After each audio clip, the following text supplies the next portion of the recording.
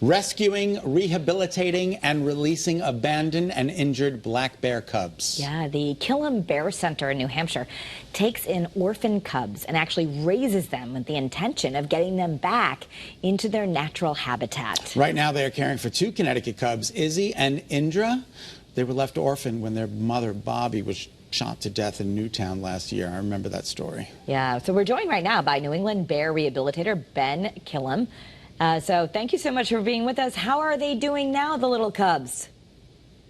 They're not so little anymore. No? They're each close to 100 pounds, but they're out in a 11-acre forested enclosure with about 40 other bears. So they're doing well. It's got to be very difficult because they come in as little, sometimes they come in as infants and you want to cuddle them and hold them but then you got to get them ready to get back into nature, so you can't really be too hands-on. Is that correct? How does this whole thing work? Well, it's not as easy as one would think, but because if a cub comes to us weighing, some years we've had them 2 weeks old, and you've got to bottle feed them, and they're going to get used to you, and that's just the way it is. But as the year goes by, cubs come in at different ages that have spent different lengths of time with their natural mother. They make friends with those cubs very quickly, and all animals are attracted to their own kind. They don't have a lot of use for us. They trust us as caregivers. Yeah. But that doesn't make them dependent on us or habituated to us or anything else. When do you plan to release them? We're going to start catching and releasing bears in mid-May. We have an awful lot to do this year. Last year was what we call a no food year. There was no mass crops in northern New England, no beech nuts, no acorns. We had a drought during the summer.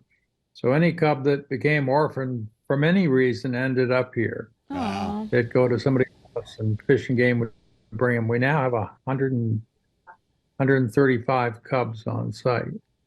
Ben, I have to ask, why did you decide to do this? It's such an amazing thing that you're doing. What was the thought process? Well, I grew up in a household with lots of wild animals around. My father, Lawrence Kilham, was a virologist who studied birds as an avocation. And before I was born, there were wild animals around me.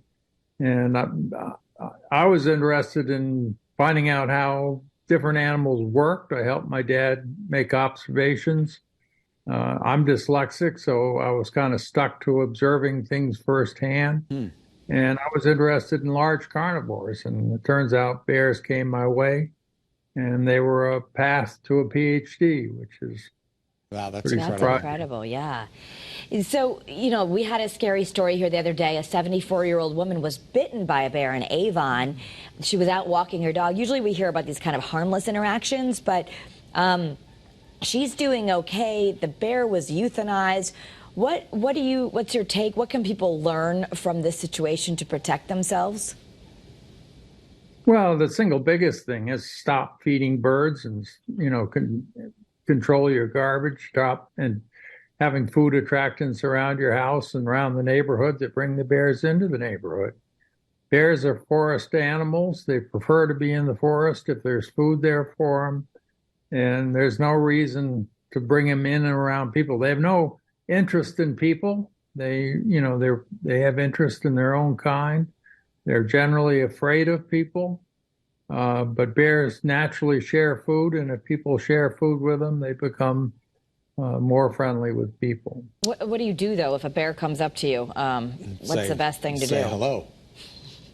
I've heard well, you in this clap, situation make a loud noise. that I read about, it sounds like there was dogs involved. Yeah. And that's always a situation that can enhance the situation. Typically, a bear is not going to approach. It has no reason to. We've had, over the years, we've had a couple situations like that in New Hampshire where people have sent their dog out when they heard noise on the porch to go after a bear, and the bear and the dog tussled, and the people reached in to save their dog and got scratched or bit. All right. It's not, I would hardly call them bear attacks, but I know it sells more papers to Right. Right. call bear attacks. We only have about a minute left. How long does a bear stay in your sanctuary before it gets released? Is it there for a year or 6 months or how? Well, it depends on the bear, but we release all bears at around 18 months old, which is the time they leave their family naturally. Okay. They've they've developed enough at that time and want to be on their own. Excellent. Well, thank you for sharing your time and teaching us a little bit more. And to learn more, you can visit Kilham, Kilham, bearcenter.org. Thank you so much. We appreciate your time, Ben. All right. Thank you. All right. That was incredible. Yeah. What an interesting personal story, too. Yeah. Right? Yeah. He had dyslexia and ended up with a PhD because he followed his passion. That's amazing. Good for him.